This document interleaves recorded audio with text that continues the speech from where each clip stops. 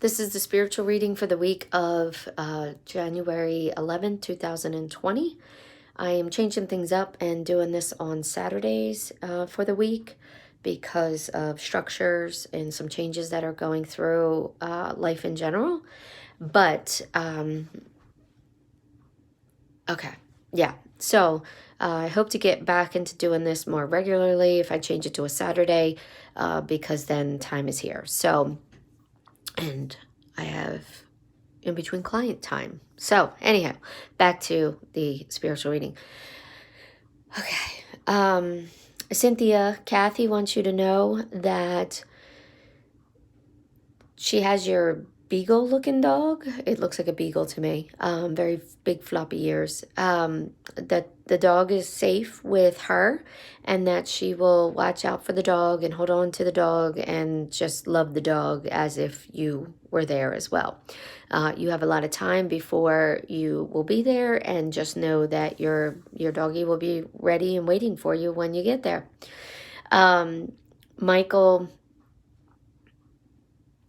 Michael, there's a bunch of a bunch of Michaels. I'm hearing Michael K, Michael P, Michael M, and Michael N. All of them are coming from your grandpa, so it's why they do this, because save energy. So, all of you are blaming other people for what's going wrong in your life. And yes, some of those people did start the pebble of what's going wrong with your life. But in the end, you all have every opportunity to change those things. You don't have to stay in a terrible marriage. You don't have to talk to people you don't want to talk to. You don't have to work at the place where you're working. You don't have to live the current path that you're on. The beauty about being alive is we can change them. And I understand some of it is difficult, and I understand that there's many reasons why you can't change them. However, that's no reason why, if you really want to change it, you can. If you don't want to change it, but you want to change how you react to it, then you need to make some choices in your life and how you're going to not process things the way that you have been. Whether it's finding a hobby that makes you feel better, going to the gym to make you feel better, to go to counseling. You know, there's many options out there other than to keep responding and reacting the way that you are and basically beating your head against the wall because nothing's ever working out and everything sucks. Yeah, sorry. They were showing me Mighty Mouse for some reason. So, and that little cartoon, which I find fascinating. But anyhow, one of you, loves Mighty Mouse. So I'm going to put that out there. And, in the end, that's a great analogy for what they're saying is, be mighty, find something that you can hold on to from a strength perspective within all that particular chaos that you're going through.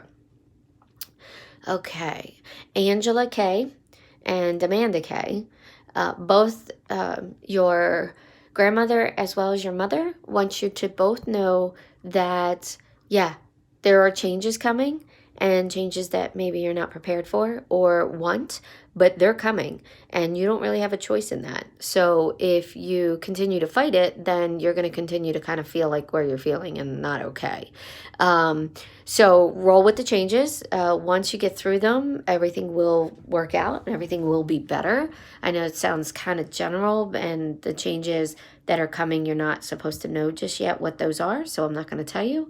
But I know you two are sisters, so you want to hold on to each other, especially when it gets really difficult and very challenging. All right, David P and David Q. David Q, you're in California, so you're kind of far away. Hopefully you'll hear this somehow, some way. So your grandmother wants you both to know that she's very proud of everything that you've been doing, everything that you have sacrificed, and everything that you have chosen to rise above what's going on is really remarkable, because in the past, neither one of you would do that. You would either fight back or just kind of ignore it. So she's very proud that you're not changing who you are, but yet you are at the same time. So these little things to make you see other perspectives is what's helping you make better choices in your life, and to be able to handle some of the things that are going right as well as going wrong, because both of you have a very big ego, and when things go right, it becomes even more of like that superstar mentality, which takes you down a path that usually does not end well. So you haven't done those things, and your grandmoms are very proud of the men that you are becoming more and more each day. Generally, overall message for everybody I'm hearing is, life is overwhelming, and it doesn't matter if it's something as silly as stubbing your toe, or losing somebody, or everything in between. For some, have been through a lot, including myself. For others, they haven't get to experience anything that some of us have gone through, and that's okay. But to them, there is heartache for them in some ways, whether it's hearing about fires in Australia or stress over a friendship, that's not where it needs to be or wants to be. It may seem trivial to somebody who's lost somebody significant in their life, or going through losing a job, or homeless, or, various different levels. But in the end, it's all perspective. And it's all what we currently are going through or have gone through, and how we each on an individual basis handle that. So be kind, and just remember that no matter what somebody's going through, even if you feel that that's silly in comparison, stop comparing, because that's who those people are currently going through. And in some ways, it's a blessing that the worst case thing in the world for them was because, the fires in Australia are killing a lot of, land and animals.